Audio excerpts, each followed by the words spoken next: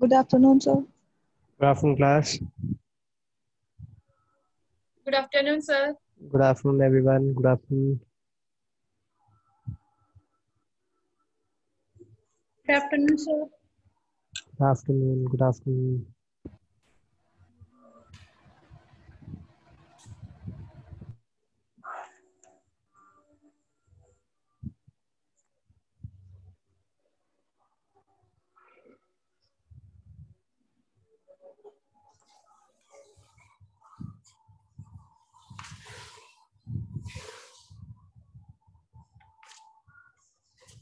एक मिनट और बच्चे वेट करेंगे। मीनवाइल किसी का कोई भी डाउट हो तो बच्चे वो बताओ, पूछो पहले। Good afternoon, sir. Good afternoon. कोई डाउट है बच्चे पूछो। ये 2 मिनट को हम यूटिलाइज करें। कोई डाउट है किसी का तो पूछो।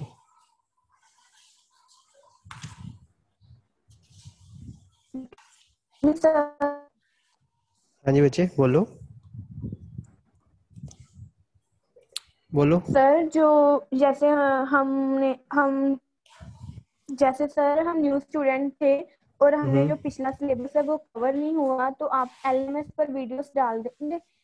हाँ हाँ, मैं आपको ना मंडे से पहले पहले जितने भी लेक्चर हुए हैं, जितने भी हुए हैं ना, उन सब की आपको वीडियोस मिल जाएंगी। मैं दोनों में ना लिंक शेयर कर दूंगा। एक्चुअली मेरे को थोड़ा सा टाइम चाहिए वो 40 मिनट्स की वीडियो को अपलोड करने के लिए ना, तो उतना डेटा होता नहीं है, तो I need some time. Monday तक आपको सारे लिंक मिल जाएंगे। Is it okay? Yes okay sir, thank हाँ, यू। मीनवाइल आज जो हम करेंगे, आज हम लॉज देखेंगे, तो उसकी एक प्रेजेंटेशन है। आज हम प्रैक्टिकली कोई वर्क नहीं करेंगे, कोई ऐसा काम नहीं, क्वेश्चन नहीं होगा जो हम सॉल्व करने वाला है। तो आज हम उसको ही बस देखेंगे और उसको मैं एक्सप्लेन करूँगा। आपके जो क्वेश्चन होंगे वो हम लेंगे उसमें, और फिर मैं वो प्रेजेंटेशन शेयर कर दूंगा ग्रुप में, बीसीए के ग्रुप में भी और बीएससी आईटी के ग्रुप में भी। एंड वन मोर थिंग बच्चे, एक मैं और चीज़ जो कहना चाहता हूँ आपसे। एक बच्चे कल आपकी क्लास 3 दिन मेरी ड्यूटी है लगातार कॉलेज में, सैटरडे मंडे और ट्यूसडे। ठीक, तो उन 3 दिन क्लासेस नहीं हो पाएंगी, तो हम सीधा वेंसडे को मिलेंगे। और जब हम वेंसडे को मिलेंगे तो ये लॉस से रिलेटेड क्वेश्चन करेंगे हम। और जिन बच्चों को बच्चे ऐसा लगता है कि पिछले लेक्चर अभी तक हमने लाइक वीडियो देखोगे आप, तो स्टिल आपके कोई डाउट्स जो बचेंगे, तो हम 1-2 क्लासेस डिवोट करेंगे नेक्स्ट मंडे और ट्यूसडे। ठीक है, नेक्स्ट मंडे और नेक्स्ट ट्यूसडे, जिसमें आप अपना पिछला सारा एक बार पूछ सकते हो जो डाउट होंगे, या कुछ रिपीट करवाना होगा। उसके बाद बच्चे रिपीट नहीं होगा कुछ, तो स्पेसिफिकली दिन भी हमने वही चूज़ किया है कि ज़्यादा से ज़्यादा बच्चे उसमें ज्वाइन कर पाएँ, क्योंकि अभी आपकी क्लास डे बाय डे बढ़ रही है। एक हफ्ते तक आपकी जो एडमिशन्स होंगी, जिन्होंने लेनी होंगी, आप सबने ले चुके होंगे एडमिशन्स, और फिर उसके बाद एडमिशन्स में 2-3 बच्चे ही कोई होंगे जो आएंगे, तो मैक्सिमम आप एडमिशन ले चुके होंगे, और आपको तब रिपीट करना बेटर रहेगा ताकि सभी के लिए रिपीट हो जाए एक बार। नाउ कोई और डाउट बच्चे, किसी का Okay, sir. स्पेसिफिक कोई डाउट, कोई सॉल्व करने का कोई doubt? And one more thing बच्चे, एक अपनी बुक ज़रूर जल्दी से जल्दी आप ले लो एक, और उसमें से आप एक्सरसाइज को सॉल्व करा करो। ये प्रैक्टिस से ही आप अब बन पाओगे इसमें। तो शैल वी स्टार्ट? और क्या कोई आपका कोई डाउट है वो आप पूछना चाहते हो पहले? No sir. ओके, फिर we directly jump to the laws then. तो मैं शेयर करता हूँ स्क्रीन। अटेंडेंस कर दो बच्चे, जिनको नहीं पता है कि फर्स्ट डे है या सेकंड डे है, वो अटेंडेंस मार्क कर दो अपनी। Right your name and your rule number. Class लिखने की जरूरत नहीं है, just right your name and your rule number. Now ये बच्चे हमारे आज का टॉपिक है लॉज ऑफ सेट थ्योरी। तो लॉज ऑफ सेट थ्योरी में बच्चे आपके बहुत सारे लॉज हैं, और इसको एक बार आप याद कर लोगे तो ये 2 बार और रिपीट होंगे आपके ना। 3 चैप्टर्स में है लॉज, और सारे के सारे लॉज ना सेम है, बस ऑपरेशन अलग अलग है, लेकिन लॉज सेम ही है। तो आप एक बार मेहनत करके इसको अच्छे से समझ के पढ़ के याद कर लोगे, या रिकॉल करने की कैपेसिटी डेवलप कर लोगे, तो आपका काफ़ी बेनिफिट है। क्योंकि किसी ना किसी चैप्टर से लॉज ज़रूर आ जाएंगे, या सेट थ्योरी से आ जाएंगे, या आपके जो अगले 2 चैप्टर होंगे वहाँ से लॉज आ जाएंगे, और लॉज सेम ही है। तो बड़े ध्यान से देखना सेट थ्योरी के लॉज। तो ये हैं बच्चे लॉज आपके बेसिकली, ठीक है। 10 टाइप्स के लॉज हैं। तो सबसे पहले आपका कॉम्यूटेटिव लॉ है, एसोसिएटिव लॉ है, डिस्ट्रीब्यूटिव लॉ है, आइडेंटिटी लॉ है, आइडेम्पोटेंट है, इन्वर्स लॉ है जिसको कॉम्प्लीमेंट लॉ भी बोलते हैं, डबल कॉम्प्लीमेंट लॉ है, डी मॉर्गन्स लॉ है, नल लॉ है, और एब्सॉर्प्शन लॉ है। एक एक करके इसको देखते हैं हम। सबसे पहले कॉम्यूटेटिव लॉ, और ये लॉ बच्चे उस दिन हमने थोड़ा सा डिस्कस किया था, इफ़ यू रिमेंबर। इसका नाम एक बच्चे ने बोला भी था, कॉम्यूटेटिव लॉ, और मैंने आपको एक एग्जांपल से बताया भी था कि अगर आप सपोज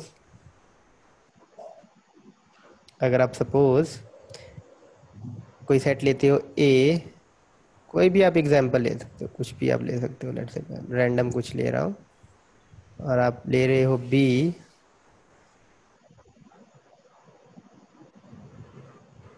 तो बच्चे ए यूनियन बी करो, तब भी आपका आंसर वही आएगा, 1 2 3 4 5। और बी यूनियन बी ए करो, तब भी आपका आंसर सेम आएगा। सिमिलरली इंटरसेक्शन में भी, हाँ, इंटरसेक्शन में भी बेसिकली आपका सेम ही आंसर आएगा। इंटरसेक्शन में क्या होगा, जिन बच्चों को ये पता नहीं है कि यूनियन और इंटरसेक्शन क्या है, मैं फटाफट बता देता हूँ। यूनियन ऑपरेशन है बच्चे एक, और ये सेट है आपके, इसमें एलिमेंट है, जैसे सेट ए में है 2 3 5, बी में है 1 3 5। जब आप यूनियन करते हो ना 2 सेट की, तो उसका जो रिजल्ट आता है वो भी एक सेट होता है, जिसमें वो एलिमेंट होते हैं जो या तो ए में होंगे, या वो बी में होंगे, या वो दोनों में भी हो सकते हैं। तो सारे एलिमेंट आ जाएंगे बेसिकली। और अब इंटरसेक्शन, इंटरसेक्शन में बच्चे कॉमन एलिमेंट्स आते हैं आपके 3 and 5. ठीक है। तो जो दोनों में होंगे, ए में भी और बी में भी, तो सिर्फ 3 और 5 आएंगे, 5. और बी इंटरसेक्शन ए में भी सेम ही चीज आएगी। तो इसको बोलते हैं बच्चे commutative law. Basically commutative law का मतलब क्या है कि ऑपरेंड्स की पोजीशन चेंज करने से कोई फर्क नहीं पड़ता है। डेफिनेशन यही है, it states that a union b is equal to b union a. मतलब if you change the positions, if you change the position of two operands with respect to the operator, तो भी result में कोई फर्क नहीं आता, the result will remain unchanged. Is it clear? First of all, Yes, sir. इन laws पे मैं दोबारा भी आऊंगा, इनका प्रूफ करेंगे हम, ठीक है। पहले हम एक बार इस इन लॉज को देख लेते हैं, उसके बाद इनके प्रूफ करना है हमने। हर एक लॉ का एक प्रूफ है, और वो ऐसे प्रूफ नहीं होगा, ठीक है। एग्जाम्पल है ये तो जैसे एक एग्जाम्पल है मैंने आपको दी। प्रूफ करने के लिए आपको बकायदा एक टर्म आएगी, सेट बिल्डर फॉर्म से आप प्रूफ करोगे, और बहुत आसान है प्रूफ करना भी, तो कोई डिफिकल्टी नहीं होगी। कम्यूटेटिव लॉ बच्चे सभी को क्लियर है? किसी को कोई डाउट वो पूछ सकता है। No sir. No sir. चलो अगले लॉ देखते हैं, एसोसिएटिव लॉ। अब एसोसिएटिव लॉ जो है उसमें 3 सेट आ गए, जैसे आपके वहाँ पे 2 सेट थे, यहाँ पे 3 सेट आ गए। अब ये क्या कहता है, एसोसिएटिव लॉ क्या कहता है कि अगर आपके पास 3 सेट हैं और तीनों की यूनियन करते हो आप, तो अब 3 की इकट्ठे यूनियन तो होगी नहीं, या तो पहले आप फर्स्ट और सेकंड की करोगे यूनियन, या आप पहले सेकंड और थर्ड की यूनियन करोगे, फिर उसके रिजल्ट की यूनियन फर्स्ट के साथ करोगे, है ना। दोनों में से एक ही चीज़ करते हो ना, जैसे आप ऐड भी करते हो, 7 + 5 + 2 करते हो आप, तो या तो आप इन दोनों को ऐड करते हो या इन दोनों को ऐड करते हो। तो वो यही बता रहा है कि अगर चाहे आप पहले 2 को यूनियन कर दो, चाहे आप दूसरे और तीसरे की यूनियन कर दो और उसके बाद आप पहले के साथ यूनियन करो, the result will remain the same. मतलब बी यूनियन सी करके फिर ए के साथ यूनियन करो, चाहे ए यूनियन बी कर दो और फिर उसके रिजल्ट की यूनियन सी के साथ कर दो, it will remain the same. तो मैं एक एग्जांपल लेता हूँ पहले, अगेन छोटी छोटी एग्जांपल्स हम ले लेते हैं। वन, ये एग्जांपल आपने शो करने के लिए नहीं बनानी है, ये बस आपको एक्सप्लेन करने के लिए मैं बना रहा हूँ, ठीक है। आपने बस लॉ को स्टेट करना है, स्टेट और प्रूफ के क्वेश्चन आते हैं।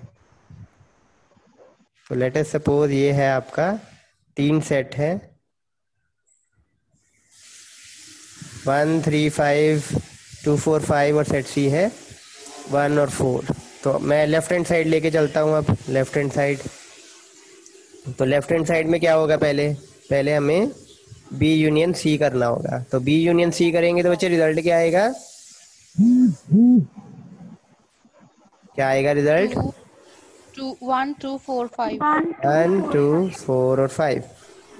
और कोशिश करा करो इसको एक ऑर्डर में लिखो आप, ताकि देखने में वो आई प्लीजिंग लगे।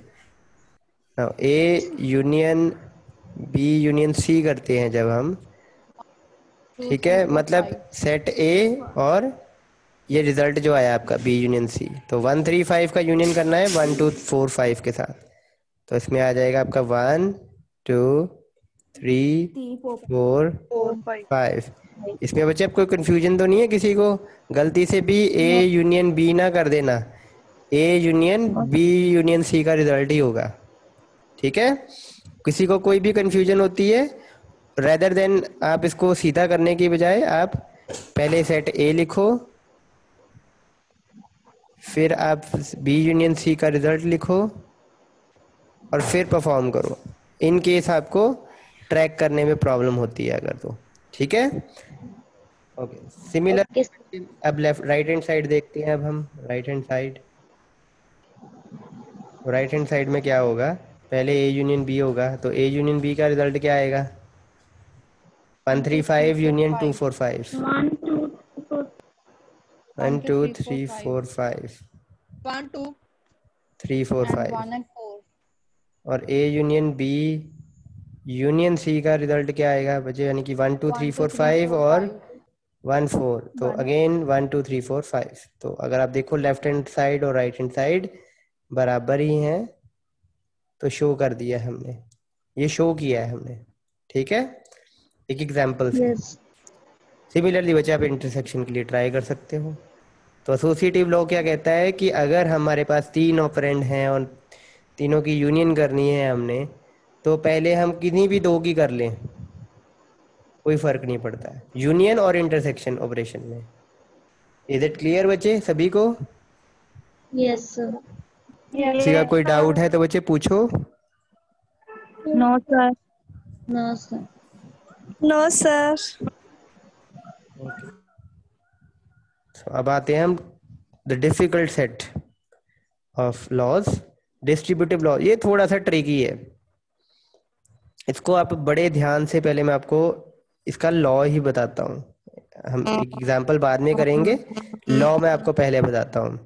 तो बच्चे ये देखो, बड़े ध्यान से देखना, एक ऑपरेंड यूनियन ब्रैकेट, दूसरा ऑपरेंड उसके अंदर है इंटरसेक्शन, मतलब ठीक है बाहर वाले से अलग ऑपरेशन है, यहाँ पे यूनियन है तो अंदर इंटरसेक्शन है, और दूसरा ऑपरेंड। तो ये क्या कहता है, ए यूनियन बाहर है और ब्रैकेट में बी इंटरसेक्शन सी है, तो ये डिस्ट्रीब्यूट हो जाएगा, बाहर वाला जो ऑपरेटर है ना, वो डिस्ट्रीब्यूट हो जाएगा अंदर वाले ऑपरेंड पे। तो ये देखो क्या किया हमने, ए यूनियन बी, ये देखो लिखा हुआ है ना, ए यूनियन बी ब्रैकेट और फिर ए यूनियन सी, ए यूनियन सी, और अंदर वाला जो आपका ऑपरेंड था, ऑपरेटर था, वो आपने सेंटर में बाहर लगा दिया है। जैसे आप नॉर्मली ब्रैकेट खोलते हो ना, जैसे प्लस माइनस की, जैसे आप ऐसे करते थे 5 मल्टीप्लाई बाय 4 प्लस 7, कुछ ऐसे करते थे आप, या मैं इसको थोड़ा और कर देता हूँ, लाइक 4 प्लस एक्स है, तो आप 5 इंटू 4 करते थे, है ना, 5 into 4 करते थे, 20 plus 5x. ठीक है, 5 into 4 प्लस 5 into x। तो वही चीज ही की है, देखो बाहर वाला जो आपका डॉट ऑपरेंड था वो डिस्ट्रीब्यूट हो गया है Yes, sir. अंदर वाले, जैसे देखो डॉट था ना यहाँ पे, तो 5.4 5.x, और जो अंदर वाला बीच का था वो बीच में आ गया, देखो, और यहाँ पे ब्रैकेट, यहाँ पे ब्रैकेट। तो वही चीज ही यहाँ पर है।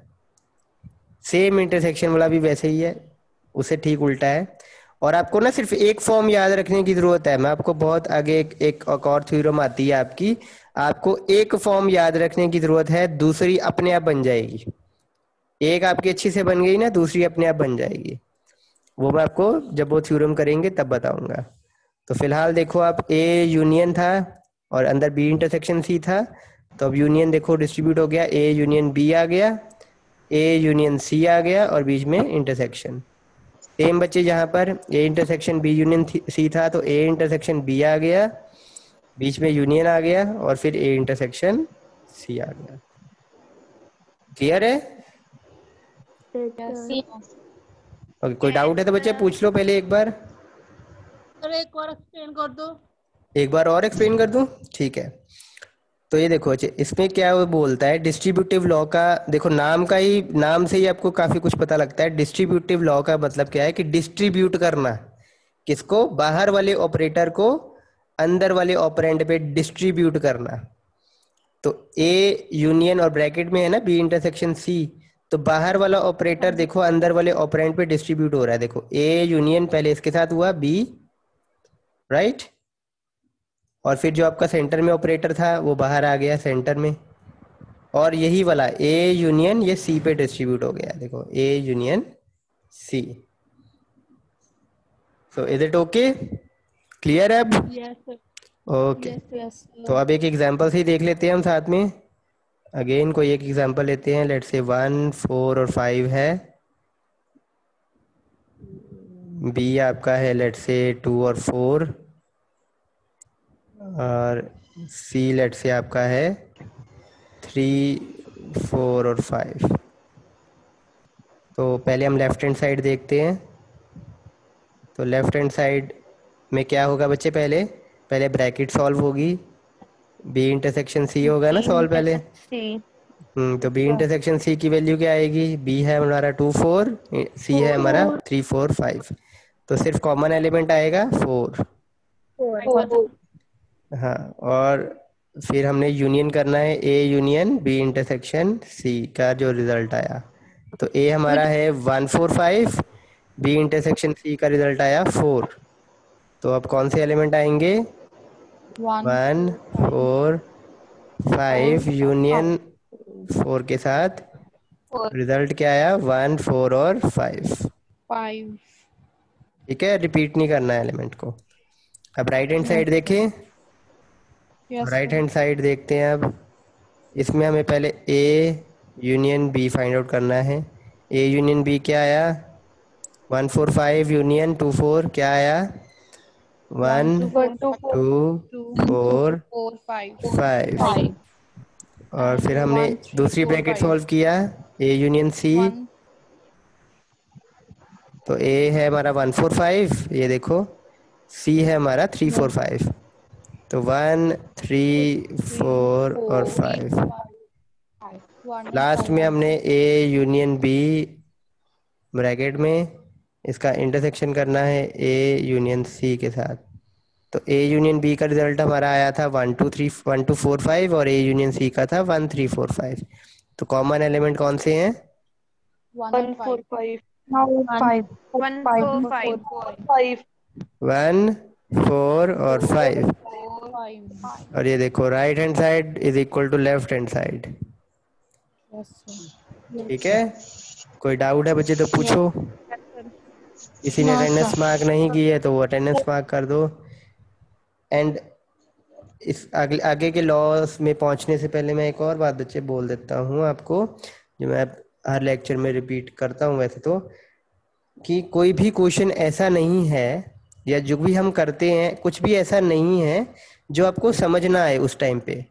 अगर आपका पीछे कोई लेक्चर छूट गया है तो मैं शॉर्ट में उसको रिपीट कर देता हूँ, तो ऐसा ना सोचना कि आज हमें समझ नहीं लग रहा है, इसलिए नहीं लग रहा है क्योंकि हमने पिछला लेक्चर मिस किया है या ये हमारा फर्स्ट या सेकंड लेक्चर है। तो बिल्कुल भी इस चीज़ में हेसिटेट नहीं करना है आपने कि ये मेरे को समझ इसलिए नहीं लग रहा है कि मैंने पिछला लेक्चर छोड़ दिया। मैं रिपीट करता हूँ पिछले लेक्चर का भी ना छोटा सा हिस्सा जो यूज़ हो रहा है, तो मैं रिपीट करता हूँ। तो आप बिल्कुल भी हेसिटेट ना करना पूछने में अगर आपको समझ नहीं आ रहा है, चाहे आपने पीछे लेक्चर लगाया है या नहीं लगाया, डजंट मैटर। आज आप लगा रहे हो जो लेक्चर, वो अच्छे से समझना। ठीक ठीक है। सो इन केस बच्चे अभी तक 3 लॉस किए हैं हमने। 240 तक है, उसके तीन बाद फिर सीधा 4 10 बच्चे म्यूट कर लो, म्यूट कर लो। हाँ, तो बच्चे किसी का भी कोई डाउट है? मम्मा मैथ्स वास्ते ना ट्यूशन चाहिदी है, क्योंकि मैं पिछला भी अटेंड नहीं किया। She can ask. I give you 20 seconds. अगर आप नहीं कुछ अनम्यूट करके बोलते हो, इट मीन्स आपको समझ आ रहा है और मैं आगे बढ़ जाऊंगा। Sir, I have one question. Yes बच्चे, यस बोलो।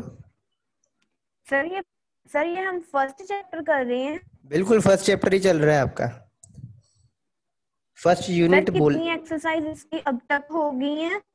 बच्चे आपका लॉज जो है, हमने मेरे ख्याल से ये 1D से शुरू होता है, शायद 1E से होता है शुरू। ठीक है, तो 1D तक हम कर चुके हैं। 1E से। Okay sir. ओके, 1D तक हो चुका है। आप आगे एक्सप्लोर करना चाहो, आप आगे भी एक्सप्लोर कर सकते हो। ठीक, इन केस आप करना चाहो, आपके पास टाइम है। अभी तक हम 1D तक पहुंचे हैं और ये हम स्पीड पकड़ेंगे सितंबर में, और कोशिश होगी हमारी कि 15 सितंबर से पहले पहले हम सेट को ख़त्म कर दें एटलीस्ट, और रिलेशन शुरू कर दें। ठीक है, तो एक बार जब मैं रिपीट कर दूंगा नेक्स्ट मंडे ट्यूसडे में, तो ऑब्वियसली जो हमारा टाइम इन्वेस्ट होता है यहाँ पे आपको पीछे ही वाला बताने में इन्वेस्ट होता है, ये हम नहीं करेंगे और ऑब्वियसली हमारी स्पीड थोड़ी बढ़ेगी। सो आगे बढ़े। अगला लॉ देखते हैं। अब अगला लॉ है हमारा आइडेंटिटी लॉ, और बहुत सिंपल लॉ है। इसमें 2 चीजें आपको फेमिलियर थोड़ी मिलती होंगी। एक है फाई, ये आपको नजर आ रहा है, इसका क्या मतलब होता है बच्चे? Null set. Null set, empty set है ना? नल सेट। नल सेट बोलते हो आप, एम्प्टी सेट भी बोलते हो। इसका मतलब क्या होता है? कोई भी वैल्यू नहीं है, इसके अंदर कोई एलिमेंट नहीं है, ये खाली है, एम्प्टी सेट है ये। Empty set. और दूसरी चीज आपको ये नजर आ रही है, ठीक है, ये क्या है बच्चे?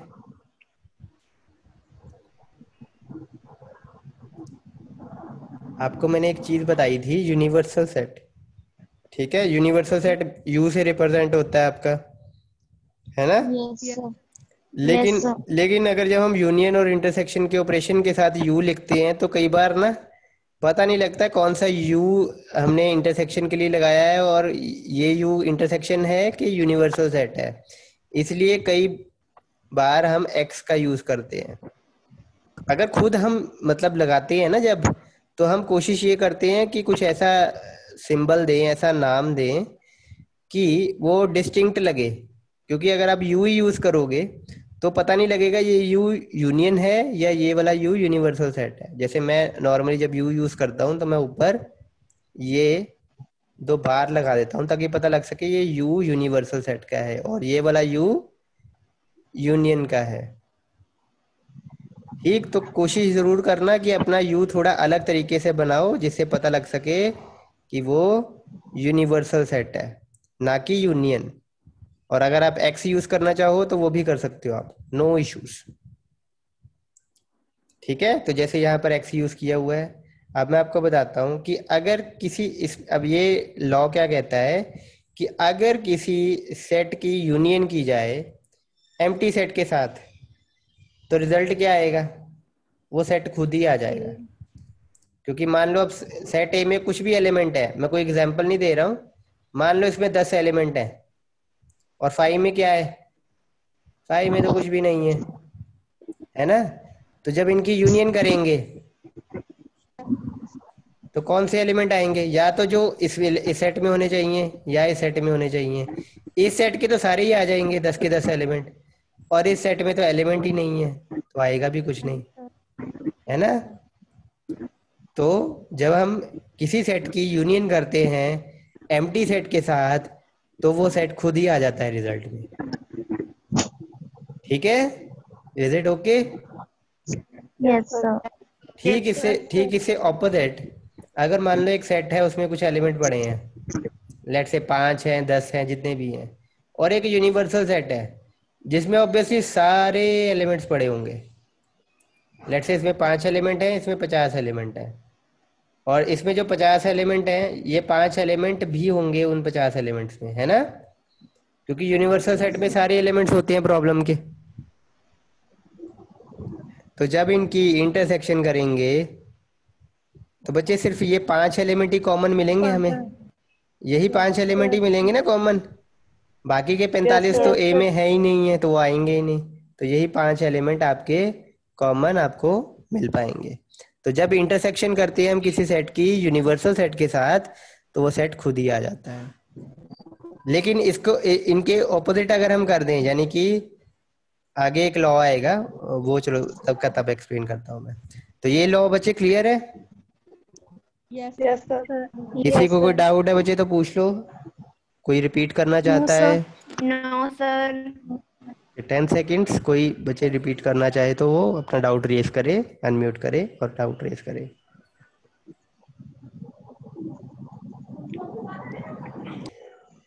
ओके चलो let's move further then. Attendance बच्चे किसी ने नहीं किया हो तो अभी कर लो, मैं 2 मिनट में सेव कर, इस लॉ के बाद मैं सेव करने वाला हूँ। तो अब आपका लॉ है आइडेम्पोटेंट लॉ। आइडेम्पोटेंट लॉ, ठीक है। आइडेम्पोटेंट लॉ का मतलब क्या है? ये क्या कहता है कि अगर कोई सेट की यूनियन की जाए खुद के साथ, मतलब ये सेट भी वही है और दूसरा सेट भी वही है, दोनों की ही यूनियन कर दी जाए, सेट की खुद के साथ ही यूनियन की जाए तो रिजल्ट क्या आएगा? वही सेट आएगा। लेट अस सपोज कि एक सेट है उसमें एलिमेंट है 1 2 और 3। अब इसकी खुद के साथ ही यूनियन कर दें अगर हम, तो इस सेट में भी 1 2 3 है, इस सेट में भी 1 2 3 है, और यूनियन में कौन से एलिमेंट आते हैं? जो या तो इसमें हो या इसमें हो या दोनों में हो, तो वो तो है ही 1 2 3 सिर्फ। तो किसी सेट की यूनियन अगर हम खुद के साथ करते हैं तो रिजल्ट वही सेट आ जाता है। Same goes for the intersection. ये काफी इजी लॉ है आपके, बस नाम थोड़े डिफिकल्ट है, नाम जरूर याद करना बच्चे और उनकी इक्वेशन साथ साथ। सो is it okay, is it clear? Yes, sir. Yes, sir. Yes, sir. चलो नेक्स्ट मूव करते हैं। इनवर्स लॉ, इसको कॉम्प्लीमेंट लॉ भी बोलते हैं। किसी किसी बुक्स में आपको कॉम्प्लीमेंट लॉ मिलेगा, इसमें आपको जो आपको बुक दी गई है उसमें इनवर्स लॉ मिलेगा। तो इनवर्स लॉ क्या कहता है कि अगर एक सेट है हमारा ए, ठीक, लेट अस सपोज मैं मान लेता हूँ इसमें एलिमेंट है 2 4 8 और 9 और 10, ठीक है। उसकी अगर यूनियन इसके कॉम्प्लीमेंट के साथ की जाए, अब कॉम्प्लीमेंट फाइंड आउट करने के लिए आपको क्या चाहिए होता है?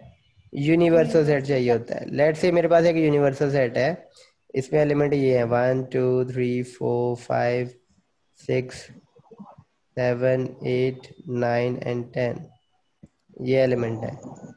तो कॉम्प्लीमेंट में कौन से एलिमेंट आएंगे? जो कॉमन है।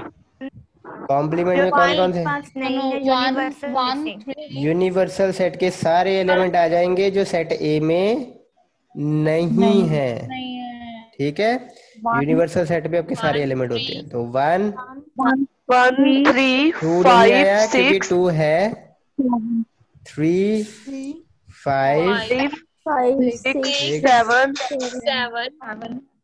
That's it. बस 2 4 8 9 10 नहीं आए क्योंकि ये सेट ए में है। तो आप देखो बच्चे, इनकी यूनियन करके देखो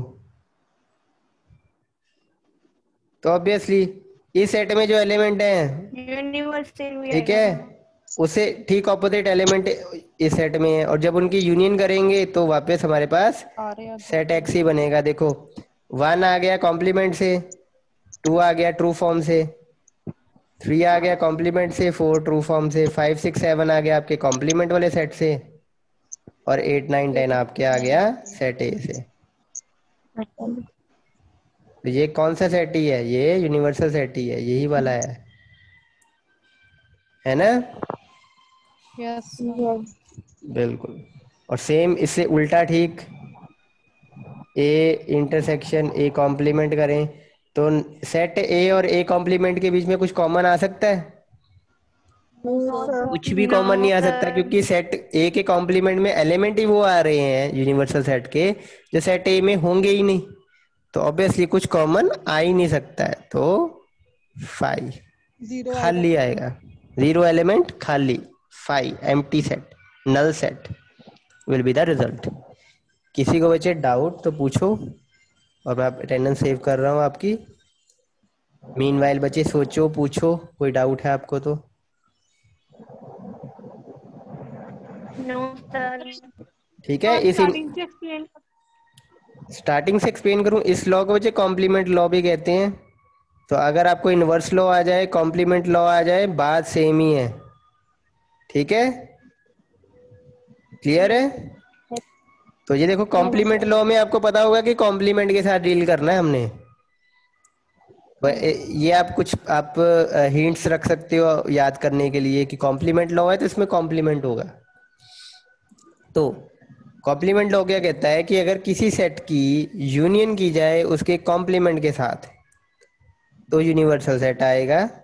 जैसे कि आप देख सकते हो, ये यूनिवर्सल सेट हमने एक एग्जांपल दी हुई है कि ये यूनिवर्सल सेट है। लेट्स से सपोज सेट ए में ये एलिमेंट है, तो उसके कॉम्प्लीमेंट में, कॉम्प्लीमेंट बच्चे एक ऐसा ऑपरेशन है जब हम किसी सेट का कॉम्प्लीमेंट करते हैं तो उसके रिजल्ट में यूनिवर्सल सेट के सारे एलिमेंट आ जाएंगे जो उस सेट में नहीं है। जैसे कि 1 नहीं था तो 1 आ गया, 2 था 2 नहीं आया, 3 नहीं था इसलिए आ गया, 4 था इसलिए नहीं आया, 5 6 और 7 नहीं थे ए में इसलिए वो आ गए, 8 9 10 नहीं आए, क्यों? क्योंकि वो सेट ए का पार्ट है।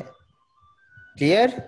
तो जब बच्चे आपको इन दोनों की यूनियन करेंगे हम, तो जो जो आपके एलिमेंट सेट ए में हैं वो तो हैं ही, वो तो आएंगे ही। ए कॉम्प्लीमेंट में जो सेट ए में नहीं थे एलिमेंट वो भी आ गए, तो जब इन दोनों की यूनियन करेंगे तो वापस आपका यूनिवर्सल सेट ही तो बनेगा, है ना? सेम। एंड जब हम इंटरसेक्शन करेंगे बच्चे, जो एलिमेंट सेट ए में है वो ए कॉम्प्लीमेंट में नहीं होंगे, जो ए कॉम्प्लीमेंट में है वो ए में नहीं होंगे, तो कोई कॉमन एलिमेंट तो आएगा ही नहीं, तो इसलिए रिजल्ट क्या आएगा? 5 खाली, empty, null set. Okay, clear? अगले लॉ पे मूव करें। तो अब आता है बच्चे डबल कॉम्प्लीमेंट लॉ, और बड़ा सिंपल लॉ है अब ये। अगर आप किसी सेट का कॉम्प्लीमेंट करते हो और फिर दोबारा उसका कॉम्प्लीमेंट कर देते हो तो वापस ये आ जाता है। ये इससे आप सीखो, ये इससे समझो। अगर मैं 5 को नेगेटिव कर देता हूं तो क्या रिजल्ट आएगा? -5। -5 का फिर नेगेटिव कर दूं तो माइनस माइनस प्लस हो जाएगा, तो वापस वही 5 आ गया। सेम वही है, अगर ए का कॉम्प्लीमेंट करूं और फिर उस कॉम्प्लीमेंट का अगेन कॉम्प्लीमेंट कर दूं तो वापस वही सेट आ जाएगा। एक एग्जांपल भी लेते हैं। लेट्स से मेरे पास यूनिवर्सल सेट है 1 2 3 4 और 5,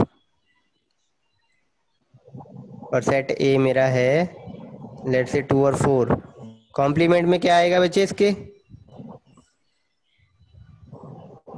1 3 यूनिवर्सल सेट के सारे एलिमेंट जो सेट ए में नहीं है, 1 3 और 5 आ गया। बिल्कुल। और अब बच्चे, अब ए कॉम्प्लीमेंट सेट को सेट मानो, अब इस सेट का कॉम्प्लीमेंट करो, मतलब 1 3 और 5 का कॉम्प्लीमेंट करना है अब आपने। तो यूनिवर्सल सेट को देखो, इसमें 1 3 5 छोड़ के बाकी जो भी एलिमेंट है वो सारे लिख देने, तो क्या आएगा? 2 और 4। और ये देखो सेम है दोनों, है ना? ये आपका रिजल्ट आ गया, शो कर दिया हमने एग्जाम्पल से। किसी को कोई डाउट बचे तो पूछो। एक लॉ और करेंगे आज हम, बाकी के हम अगली क्लास में कंटिन्यू करेंगे। बोलो बच्चे, कोई डाउट किसी को? No sir. ओके, चलो मूव करते हैं अब आगे। अब आता है डी मॉर्गन्स लॉ। अब De Morgan's law is the most important law. यह आपको याद रखना है और इसके आने के चांसेस सबसे ज्यादा होते हैं। तो डी मॉर्गन्स लॉ क्या कहता है कि अगर आप दो सेट्स की यूनियन करते हो और फिर उसका कॉम्प्लीमेंट कर देते हो तो वो किसके बराबर है? अगर आप उनका अलग अलग से कॉम्प्लीमेंट करो और बीच वाले साइन को उल्टा दो, उसके बराबर आएगा। ठीक है, तो इसमें मैं आपको दोबारा एक बार बताता हूँ। ब्रैकेट के अंदर है ए यूनियन बी, मतलब दो ऑपरेटर तो है, ऑपरेंड तो है ही आपके ए और बी, बीच में साइन कुछ भी हो सकता है, यूनियन हो सकता है, इंटरसेक्शन भी हो सकता है।